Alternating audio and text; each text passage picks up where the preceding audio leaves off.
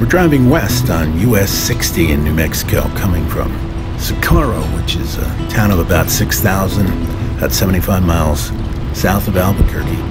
And we're going to Pie-town.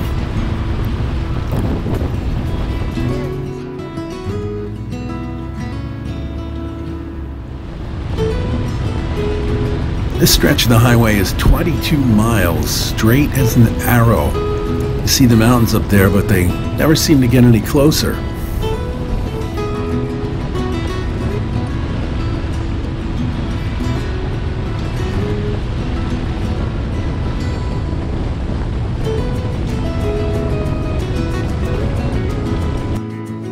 Coming up on an installation of 28 huge radio telescopes.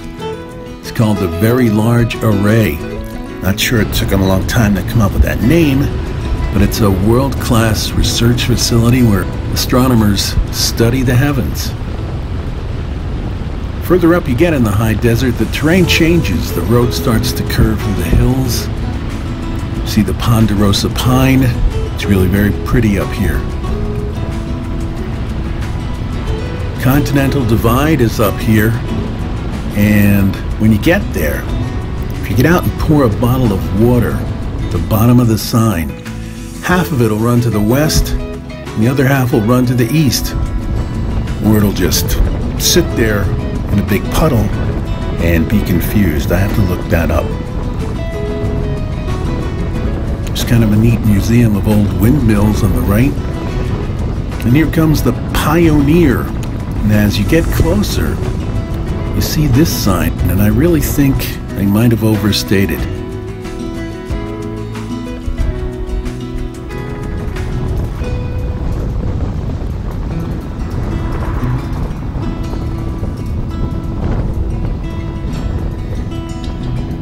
And here we are. The big sign says stop. And who are we to disobey the Thunderbird?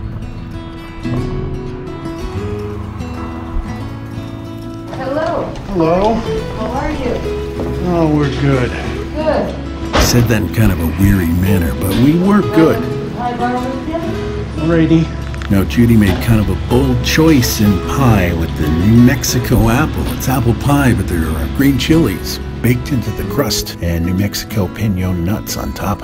For me, I made quick work of a sweet plain custard pie. Pie-town came into being about 100 years ago when a farmer started baking dried apple pies for local folks and anyone passing through. The Pie-o-Neer sprang up eventually, fell in hard times, but in 1995, a woman named Kathy Knapp bought the place, brought it back to life, created a new life for herself, ran it for 25 years.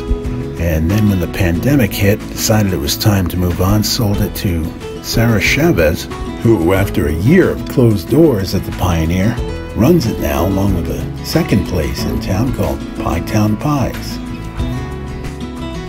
A lot of history in Pie-town, a lot of it on the walls here at the Pie-o-Neer.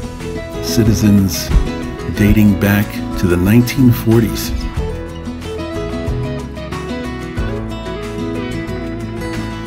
So after enjoying the coolness inside and nice conversation, we headed back out on the road, walked around a little bit outside, and back in the car down to the VLA up to Albuquerque to take some more pictures. There's more about Pie-town and the Pie-o-Neer on their Facebook page and this really good short documentary from 2014. If you ever find yourself in rural New Mexico, try and stop in to Pie-town. A lot of history there. And the pie is really good.